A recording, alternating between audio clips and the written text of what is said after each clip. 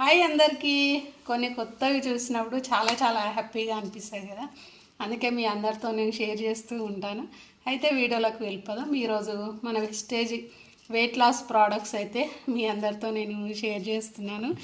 అవును, అందరు ఏం చేస్తున్నారు, ఎలా ఉన్నారు, టిఫిన్ చేశారా?